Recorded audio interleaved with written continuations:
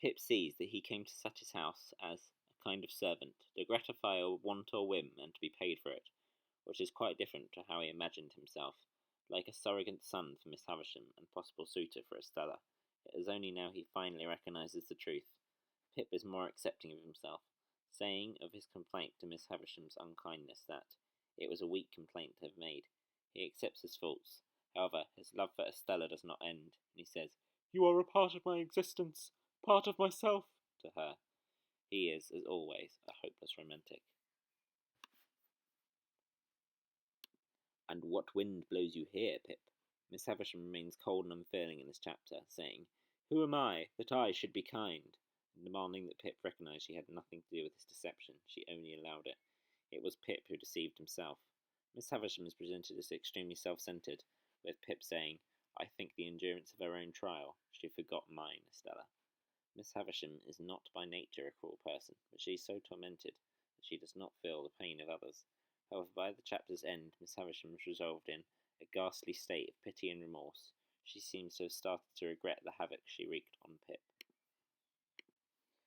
Looking at me perfectly unmoved and with her fingers busy, she shook her head again. Estella is unchanged throughout the entire novel, other than in the final chapter where she becomes softened by her experiences with Bentley Drummle. Estella stresses that it is Miss Havisham's fault she has become so cruel and unfeeling, saying her nature is the nature formed within me. She casually rejects Pip's heartfelt declarations of love, saying, "You will get me out of your thoughts within a week." Techniques. I took the chair by the dressing table, which I had often seen her occupy.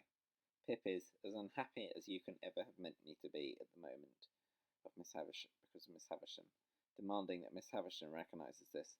He is in the same position as Miss Havisham, a taunted, tormented romantic in love with someone who is indifferent towards them. Pip has become Miss Havisham, something that will play in her conscience later on, and the chair represents this. Till the last hour of my life, you could not choose but remain a part of my character, part of the little good in me, part of the evil. Estella comes back to Sutty's house after her marriage to Bentley Drummle ends in his death, where she sees Pip. He is proclaimed to Biddy that he has forgotten Estella, but really he's still in love with her, and he says he is softened enough by her marriage so that she will see him in a new light.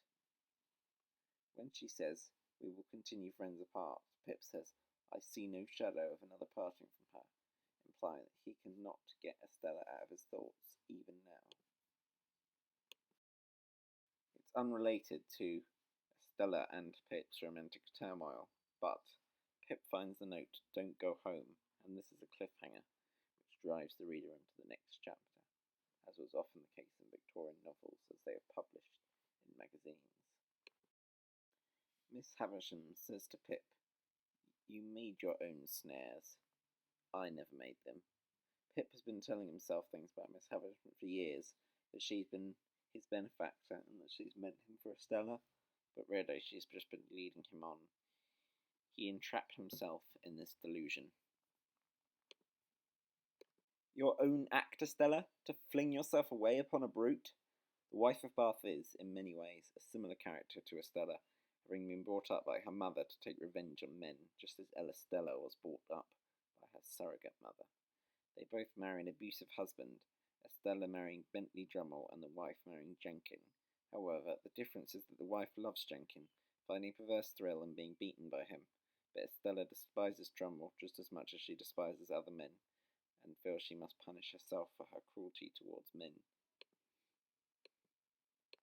Like Miss Havisham, who does not understand that her manipulation of Pip is extremely cruel and makes her as bad as her ex-fiancé, Bunty does not care about her children, because she is so caught up in her role as the martyred wife and is lost in her grief for Gillian and Pearl that she does not realise the toll her behaviour takes on Ruby, Patricia, and George.